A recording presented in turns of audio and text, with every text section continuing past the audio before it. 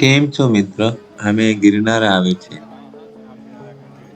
అండి మనం గిరినార్ వచ్చాం. జై గురుదత్త, జై గిరినార్. చాలా పరమ పవిత్రమైనటువంటి ప్రదేశం అండి ఇది.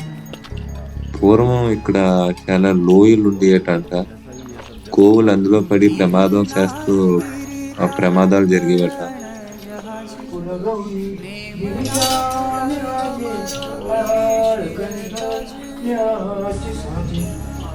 ఈ ప్రమాదాలను నివారించడం కోసం అని చెప్పి వశిష్ఠ మహర్షులు బ్రహ్మదేవుడిని ప్రార్థించగా, అప్పుడు బ్రహ్మదేవుడు ఇంద్రుడికి ఆదేశించగా ఇంద్రుడు హిమవంతుడికి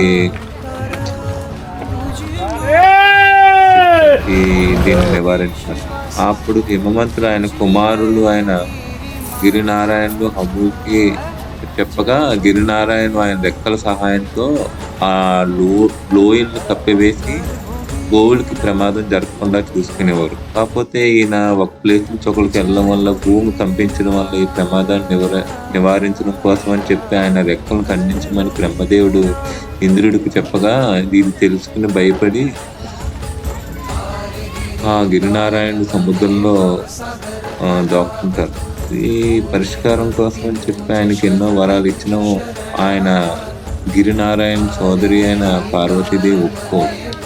ఆఖరికి 33 కోట్ల దేవతలు, సకల దేవతలు ఆయనలో ఉంచుకున్నటువంటి దత్తాత్రేయులు ఆ గిరినారాయణ మీద కొలువై ఉంటారని వరం ఇస్తే అప్పుడు ఒప్పుకుంటారు. అంతేకాదండి, ఇక్కడ శ్రీకృష్ణ పరమాత్మ ఆయన చిన్నప్పుడు పుట్టెంటుకలు ఈ గిరినార మీదే తీసుకున్నారని చెప్తారంట. జీనా భవాని మడి అని ఒక అవధూత, దత్తాత్రేయుల వారు అవధూత ఆయన కిల్లు నుంచి బయటకు వచ్చి ఒక అద్భుతం చేపడతారు అప్పట్లో భక్తులకు.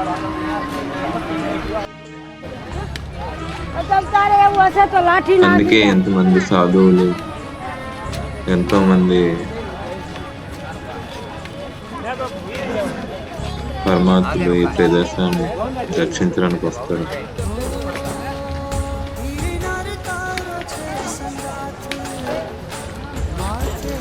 ఈ పరిక్రమ 36 కిలోమీటర్ల కొండ చుట్టూ సంవత్సరానికి ఒకసారి జరుగుతుంది. బోర్దేవి అని 20 కిలోమీటర్స్ నడిచిన తర్వాత ఇది వస్తుంది. దుర్గామాత మందిరం ఉండేది. చాలా ప్రశాంతంగా ఉంటుంది ఈ ప్రదేశం. తప్పకుండా ఈ గిరినార్ పరిక్రమకి దర్శించవలసిన ప్రదేశం అండి. జీవితంలో ఒక్కసారైనా 36 కిలోమీటర్లు తిరగాలంటే 2 రోజులు. నవంబర్ మంత్లో అలా ఉంటుంది. ఎంతో మంది సాధువులు. జై గురుదత్త, జై గిరినార్.